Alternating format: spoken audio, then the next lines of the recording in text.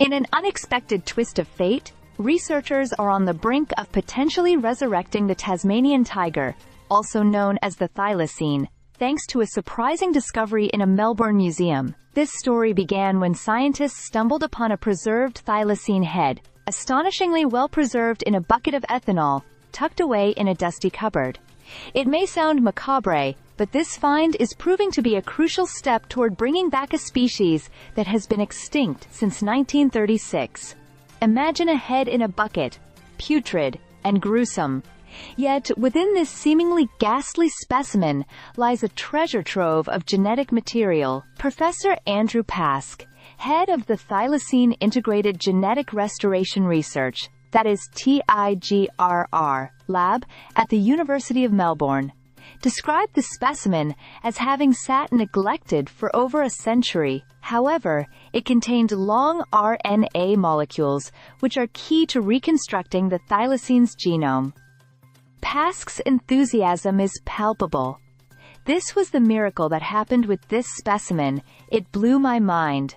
The ambitious project to revive the thylacine is spearheaded by Colossal, a Texas-based biotechnology company focused on de-extinction and species preservation.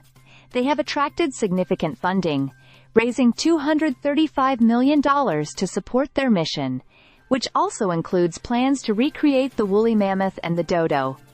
The scientists at Colossal have made remarkable progress, including the assembly of what they believe to be the highest quality ancient genome ever produced, with only 45 gaps to fill in a genetic blueprint containing approximately 3 billion pieces of information.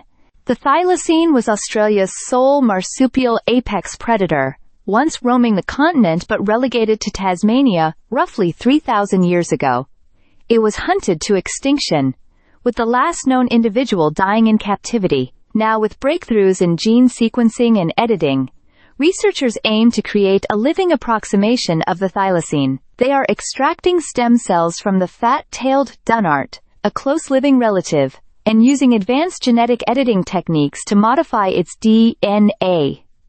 While researchers are excited about the prospects, there are voices of caution. Ecologists raise valid concerns about the ecological implications of resurrecting a long-lost species. What behaviors will these newly created thylacines exhibit in the wild? How will they interact with the ecosystem, which has changed drastically since their extinction?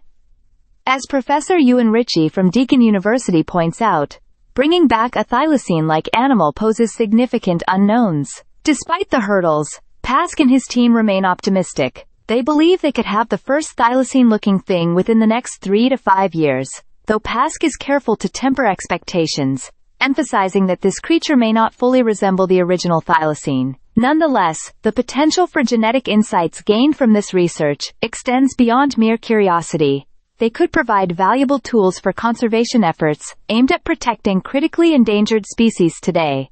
In a world where extinction is a pressing issue, the quest to resurrect the Tasmanian tiger illustrates the lengths to which science is willing to go to reverse the mistakes of the past. The ambitious endeavor not only highlights our scientific advancements, but also raises profound questions about conservation ethics and the future of biodiversity. As we stand on the precipice of a possible revival, it's crucial to consider what comes next for the Tasmanian tiger and how its return might shape our understanding of extinct species and the ecosystems they once inhabited.